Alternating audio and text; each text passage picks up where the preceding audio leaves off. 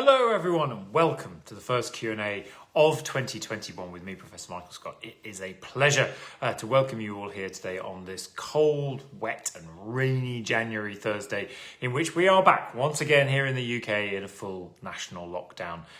Doesn't this start to feel very much like a case of deja vu? I hope you're all well and safe and looking after yourselves and one another. And it is fantastic to see, as ever, some great questions coming in from you all. And also I wanted to give a shout out right at the start of this to all those out there who are homeschooling once again here in the UK with their children in whatever age, whatever form you're managing to keep the homeschooling going, whether you've kept up an amazing classroom routine so far this week or whether it's already started to sort of descend just slightly as we get closer to the weekend into a bit more of a free-for-all. I think we are all heroes. And I say this as someone who's had a bit of experience of homeschooling a 4-year-old over the last week or and a half as well. So first off, we must talk about our prize week because it is prize week. And so we look back at all the questions that we managed to answer over the last couple of Q&As and we pick the best question, the one that got us all talking and thinking and enjoying thinking about the ancient world, and they win a prize. So having gone through the list of all those questions that we managed to get to, I think there's a pretty clear winner this time, and that is Dawn Adams for her question: what do you think Europe would look like today if the Persians had beaten the Athenians and the Rome had lost to Hannibal? That got us talking lots and lots about all the what ifs of history if things had been changed. Those two different key dramatic points kind of going through. So Dawn, congratulations, absolutely fantastic. If you can get in touch with us, Dawn, via either the Facebook page or via email, michaelscottacademic@gmail.com, and let us know your address. Then you get a Professor Michael Scott 2021 calendar winging its way to you as your prize. Thank you so much indeed. That's brilliant. So thank you to you all for all of your fantastic questions. Do keep them coming in. This is really the lifeblood of these sessions. It's so fascinating for me to see all these wonderful questions coming in. It is not too late, Lorraine, to say Happy New Year. Happy New Year indeed to everyone out there. I hope that New Year's has started well. I was reading some fascinating stuff today about the different things that we in bulk tried to buy during the different lockdowns that have happened over the past year. And apparently in the beginning of the first lockdown, we were all scrabbling for home office equipment, webcams, etc. Then kind of apparently there was a big rush for deep freezers, for big freezers in case we needed to stock up on the essentials. And then by the end of the first lockdown, we were all buying home nail and hair and makeup and other kinds of beauty treatments to be able to look after ourselves in lockdown. And then kind of by now, apparently in this latest lockdown, just the only thing that we're really buying in bulk is alcohol. So there we go. Kind of how things have changed over the course of a year. Dawn, congratulations. So glad and thank you. Brilliant stuff. Well done to you. We talked about Prize Week. We've also mentioned homeschooling out there, and we wanted to specifically say if you do have children that you're homeschooling and you want to do some lessons with them about the ancient world in one form or another, then first off, do take a look at the Facebook page because we're putting together a collection of all the great resources that are out there online for you to be able to use with homeschooling for all different sorts of ages.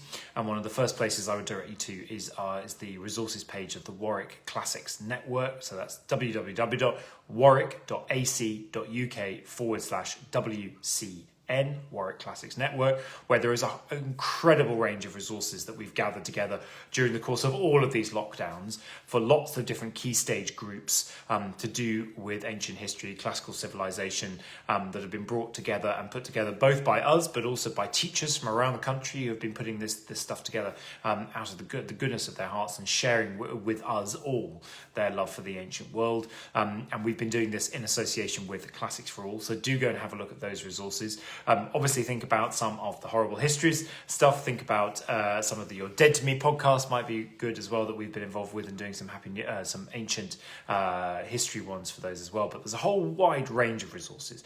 And on top of that, if your children come up with questions that you think, you know what, that's a good question, why don't we submit it to the Professor Michael Scott Q&A? Then do. I'd love to hear your homeschool history questions. And we can make a bit of a section in these Q&A Q&As for homeschool history questions. And if it's a bit late in the day, at 5 o'clock in the afternoon for children to sit down to a live teaching session, don't forget all of these Q&As are also available after their live take. They're available on YouTube as well, on my YouTube channel for you to watch whenever you want to. So you can sit down and watch them with the children at a convenient point during the homeschooling day as well. So do just Google on YouTube for my channel, Professor Michael Scott channel, and you'll find them all there. So do send in your homeschooling questions, and don't forget those great homeschooling resources that are out there to help you as we go forward together. Okay, so some great new questions that have come in this week, and we're going to kick off with Caroline Multus, who's referring to one of the things that we were going to bring up in the news and events section, and that is, of course, that Italy has announced, and the government in Rome, particularly the city of Rome, has decided that it is going to rebuild the Colosseum's lost arena floor.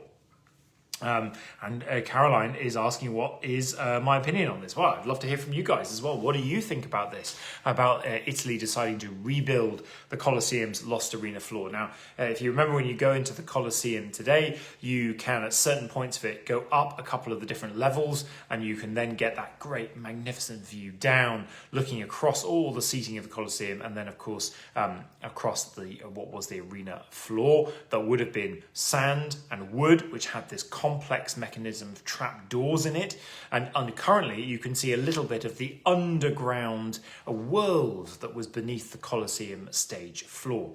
Now, it's quite hard to then get access to that underground world because it's only open for specialist tours at the moment, but that is where the gladiators waited before they went up on the stage. That's where all the wild beasts were kept before they were lifted up by these special lifts so that they could appear magically on the stage. It's where the slaves and those condemned criminals who were going to be asked to fight to the death were kept perhaps the night before their fight. So it was a pretty grim place, and it's where all of the hundreds, indeed thousands of people who were the backstage crew making the great games that went on in the Colosseum really were operating.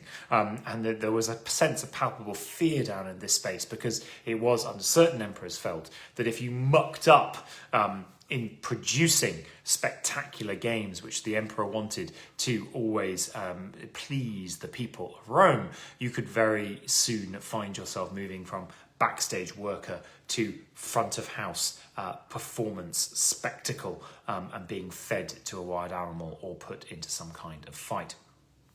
So Jays thinks you're going in May, fingers crossed. If we can all travel in May, you think it's absolutely awesome. Rebecca thinks mixed feelings, you lose some authenticity. How fab would it be for them to do shows? Yeah, I don't know whether they're intending actually then to restage some kind of gladiatorial combat on the renewed stage. There was a couple of years ago, if I remember rightly, back when we were filming there for Rome's Invisible City back in 2014 time, they'd done a part of the stage had been built across, leaving part of it open. And the reason I was talking a lot about the underground activity is that my slight worry is that if they do replace the whole stage, then given that the underground area is currently closed off only for specialist tours, and given I suspect that access will be even more limited, because it will then be an underground dark space. There'll be a whole series of health and safety issues with people above and people below, etc. That people will lose access to and conception of the fact that there was this underground world that actually kept the arena performance going. So I guess my preference would almost be to have a half and half, to be able to have half the stage covered and kind of set up as it might have been, but then to at least acknowledge that this space still existed underneath. Or perhaps, and I don't know whether they're thinking about this, invest in some kind of covering which isn't necessarily wood and sand, but some kind of perspex covering that would allow people to walk on the arena floor and actually get the perspective that gladiators and condemned criminals got as they marched out onto the arena floor of the Colosseum. I think that would be absolutely extraordinary for people to be able to experience, but also be able to see what is underneath their feet as well. I think that would be an absolutely brilliant thing. So do keep your thoughts coming in. And indeed, it kind of, if there were kind of replica spectacles, it's kind of, the question is, how can you do that? You're not going to find many wild animals that you can allow to sort of run around attacking people. Certainly, I hope you're not thinking about any kind of replica crucifixions or anything like that, mass executions. And if it's going to be gladiator fights, how do we make this not look a bit too cheesy? How do we make it look good and authentic? Kind of, yeah, Fiona, like a glass-like floor. Absolutely. Kind of, we're thinking absolutely alike here. Absolutely brilliant. Samantha Blake saying they've done that in Cartagena above the Punic Wall. It's small scale, but really good. Yeah, absolutely. So this, and if we're thinking about the New Acropolis Museum, for instance, those who are familiar with the New Acropolis Museum, when you walk into the first courtyard of the Acropolis Museum, because the New Acropolis Museum was built on top of an excavation they carried out, which unearthed ancient and I think it's early medieval housing there as well. They've put a glass floor down so that everyone can see what's underneath. They have also, rather bizarrely, I've always thought, in the Acropolis Museum, then put a glass floor actually up on the top floor, so that when you go up to see the Parthenon marbles, and the ones that are in Athens and the other replicas, you're actually walking on a glass floor, which means if you take a bunch of students to the Acropolis Museum and you're on the ground floor trying to talk to them about all the very important sculptures and artifacts from the early days of the Acropolis that are on the ground floor, many of them are simply just looking up, and they're looking up through the glass floor at the people walking above, many of whom, of course, because it's Athens and it's summertime, are in summery clothes and don't realise that they're putting certain parts of themselves on display that they might not otherwise have realised that they are putting on display for the amusement of many of the students that I've taught down there. LJ Warwick saves risking damage. I presume you're thinking about that in relation to the Colosseum and having a floor and having people walking out onto it. But I've never experienced that viewpoint of standing in the middle of the Colosseum stage and looking around you at a 360 degree and imagining those thousands of spectators looking back at you. That's something I would love to be able to experience. So I think a glass or a kind of plastic floor is the way to go. Caroline, brilliant question. Got us all talking there. Absolutely brilliant. Another question here, Elisa Markov, again in relation to one of the articles that were flagging on the what's going on in the world, ancient world. Article about Hagia Sophia. So thinking about the great Church of Hagia Sophia in Istanbul. And this is the article that's talking about the kind of new revelations of the earliest phases of kind of the area of Hagia Sophia. So what you're looking at today is very much Hagia Sophia, obviously built up and extended over the centuries, but which relates to originally mostly a Justinian era and post-Justinian era construction. Actually, what we know as being there originally from the era of Constantine onwards, so from the 4th century AD, there's very, very little known about. In that sense, kind of this is a whole new team of researchers that after a decade of intensive investigations have revealed the original design and subterranean mysteries of the Hagia Sophia and kind of the layout of the original cathedral complex, the existence of more than a kilometre of long-lost tunnels and subterranean chambers. So this is absolutely brilliant stuff. And Elisa's question is, do the authors make any comment about how research is supposed to go forward, if at all, after the recent reuse or re-establishment of Hagia Sophia as a practicing mosque, as opposed to it being a museum, which it has been since the times of Ataturk? And saying that the article doesn't cover it. I think, Elisa, this is a really interesting question. And one of the things that is quite not clear at all in terms of how work is supposed to go forward on this building as a historical artifact, now that it is also a place of practicing religion. And I don't think that really has been clarified in any way, shape or form. And you're absolutely right that it's one of the great worries and concerns about returning this building to being an active place of religious practice. So it is, I don't have the answer for you. I think it's an absolutely brilliant question, and I think it's something that only time will tell as to what extent the Hagia Sophia is both restricted in terms of access to research, but also restricted in terms of tourism access.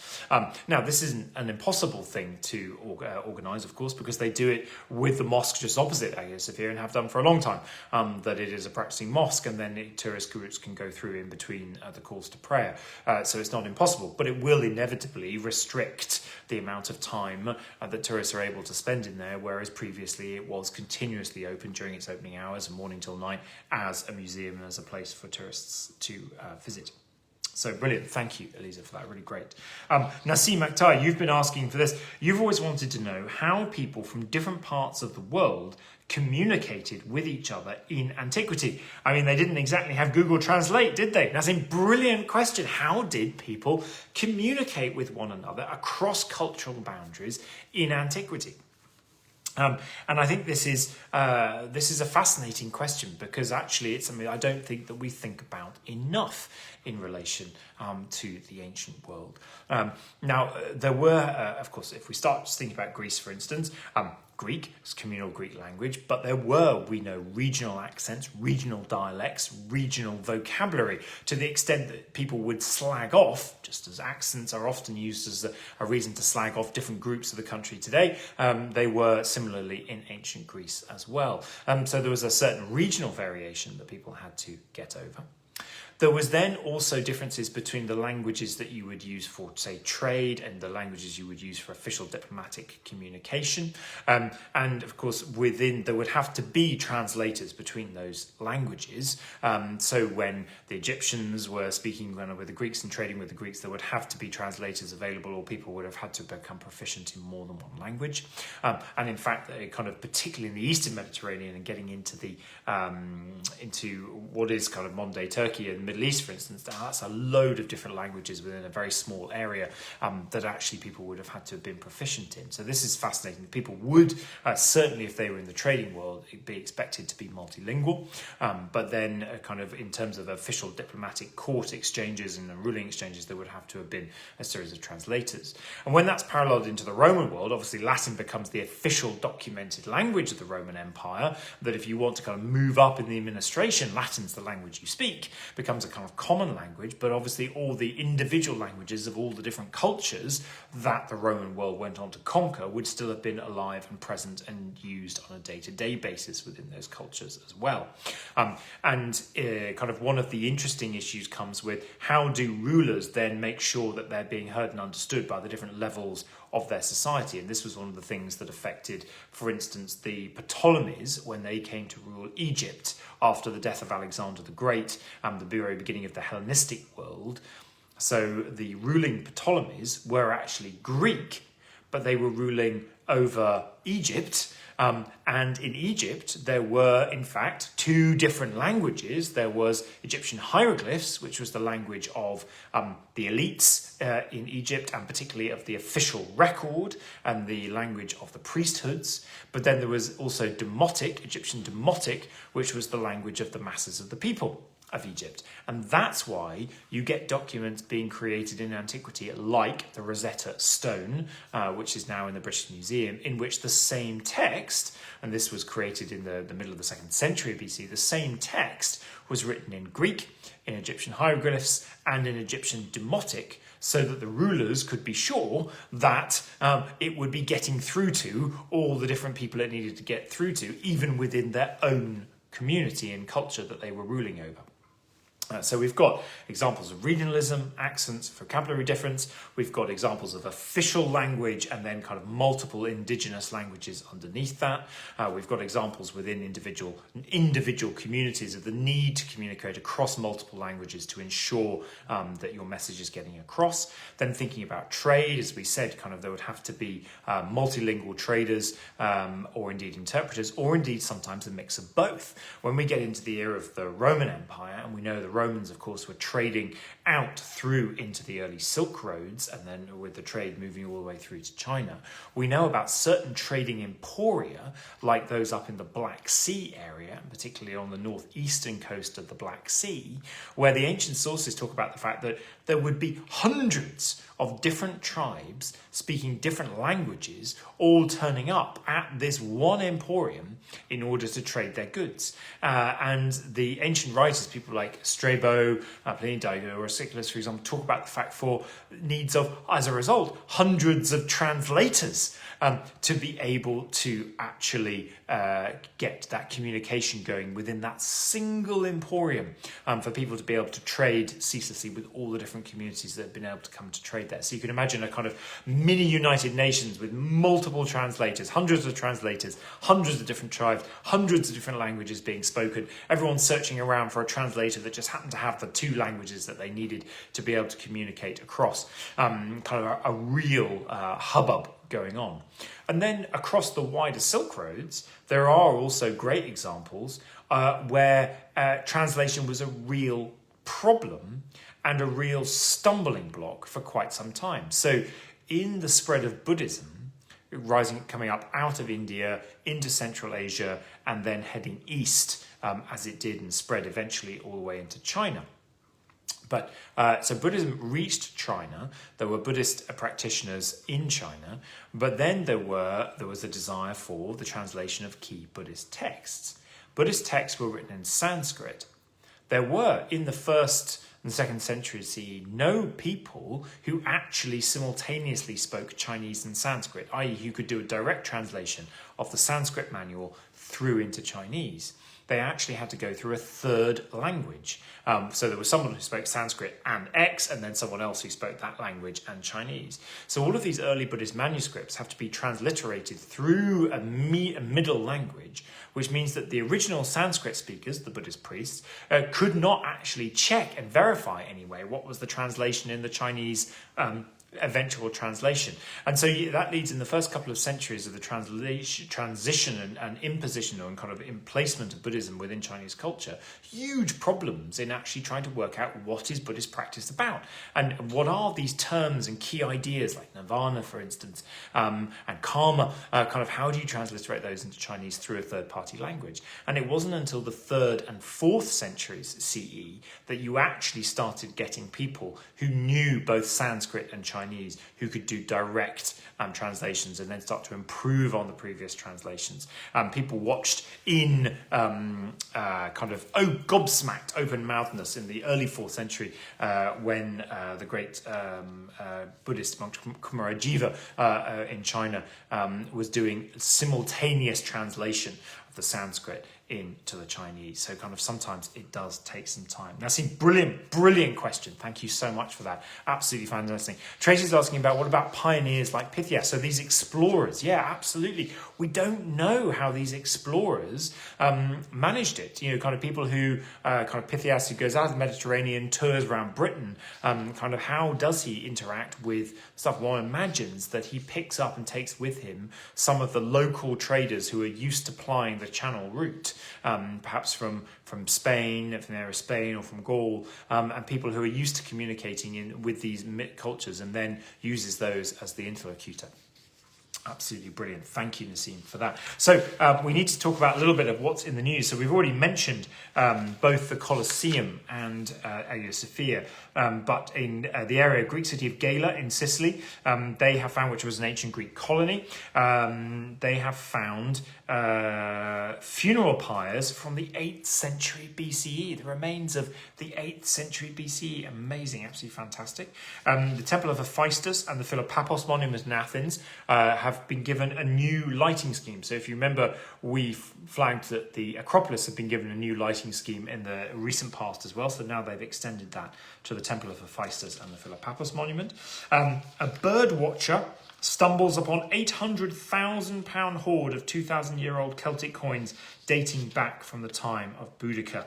Absolutely brilliant. The key metal detectorist spotted a glint of gold while looking at a buzzard in a recently ploughed field in eastern England. Wow, love these stories of discovery.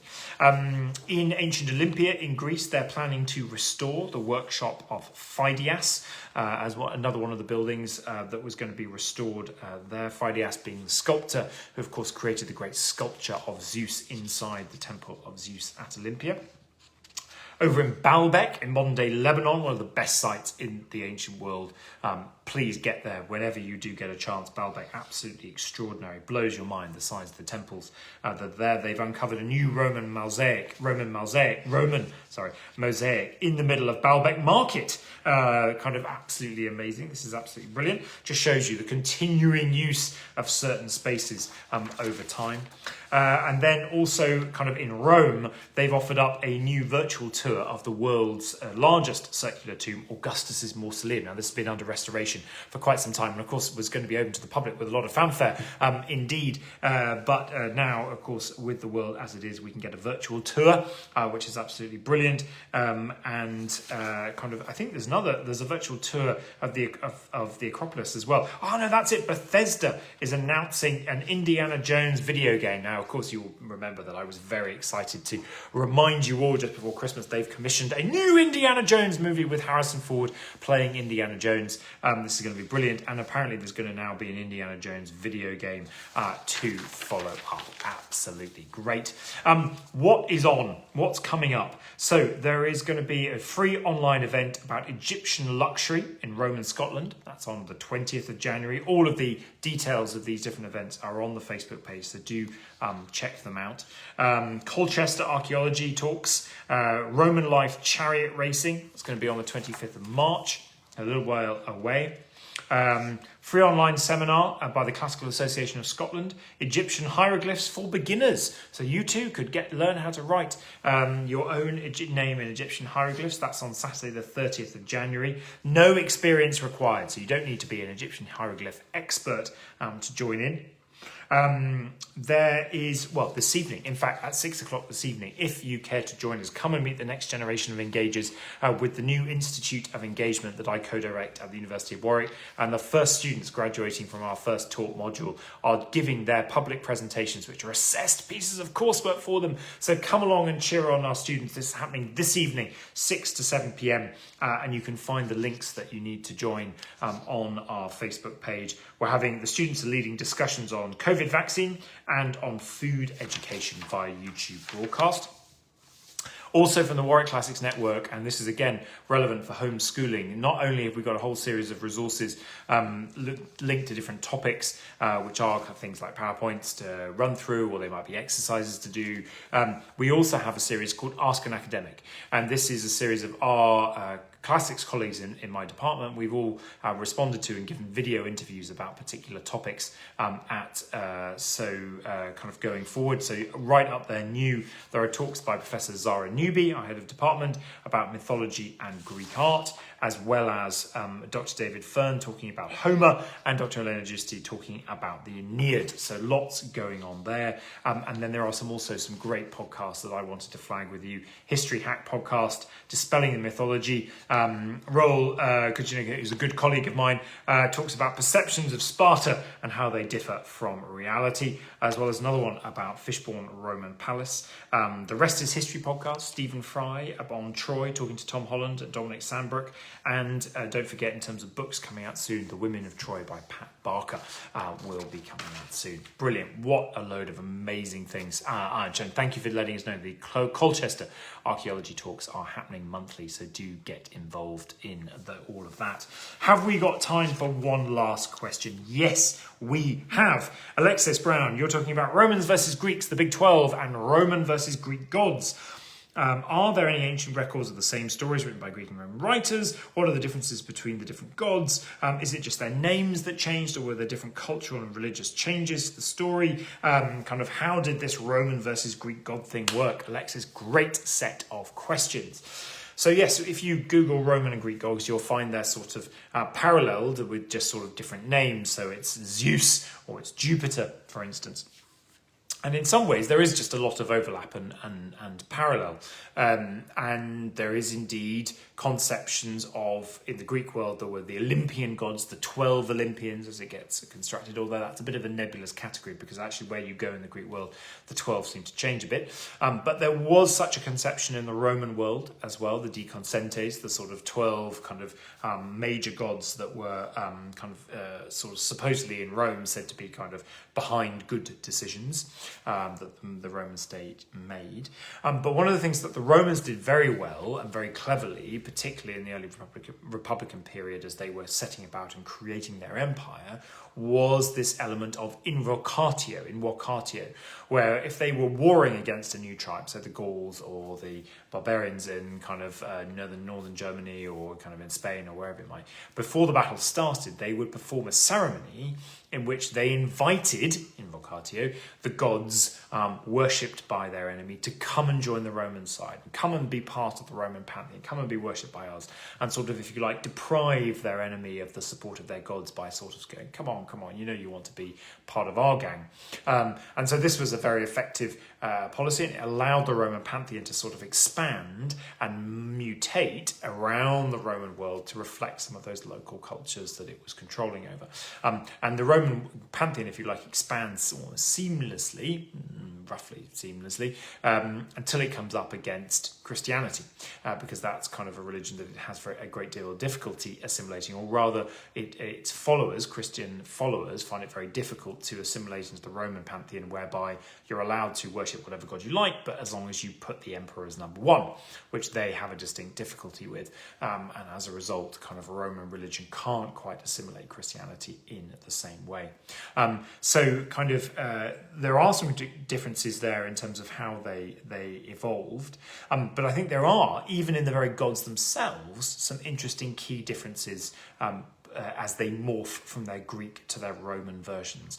And just to give you one example here, it would be Aphrodite in the Greek world and Venus in the Roman world.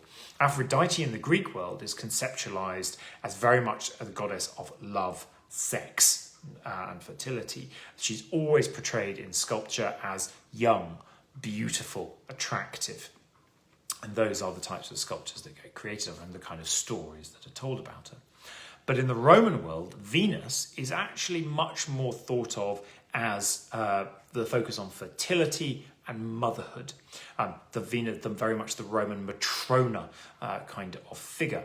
And as a result, Roman Venus sculptures are often of women in older age, and much more of that kind of respectable, honourable, motherly figure.